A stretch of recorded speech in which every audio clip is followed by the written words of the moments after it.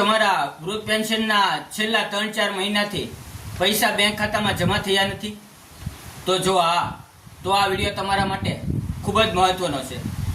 ઘણા લાભાર્થીઓ હાલમાં ફરિયાદ કરી રહ્યા છે કે છેલ્લા કેટલાક મહિનાથી વૃદ્ધ પેન્શન મળતું નથી, પરંતુ દરેક કેસમાં કારણ એક સરખું હોતું નથી. જો તમારું પેન્શન માત્ર ટેકનિકલ અથવા વહીવટી કારણોસર અટક્યું છે અને પછી ફરી શરૂ થશે, તો કેટલાક કિસ્સાઓમાં બાકી રહેલા મહિનાનું પેન્શન એક સાથે જમા થઈ શકે છે. જો કે દરેક કેસમાં આવું થાય એવું જરૂરી નથી. ચાલો જાણીએ પેન્શન ન આવવાના મુખ્ય કારણો. પહેલું કારણ, તમારા આધાર કાર્ડ અને બેંક ખાતામાં કોઈ વિગતોની ગડબડ હોઈ શકે અથવા ડીબીટી સંબંધિત સમસ્યા હોઈ શકે છે.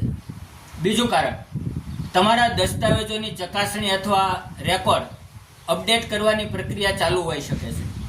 મિત્રો, આવી સ્થિતિમાં પણ પેન્શન થોડા સમય માટે મોડું થઈ શકે છે.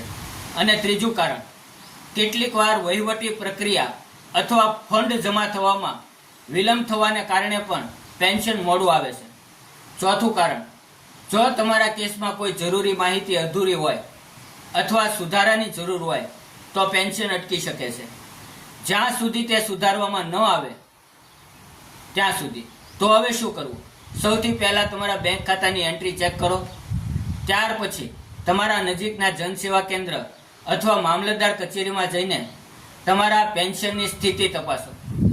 જો કોઈ દસ્તાવેજ અથવા માહિતી સુધારવાની જરૂર હોય તો તે વહેલી તકે પૂર્ણ કરો.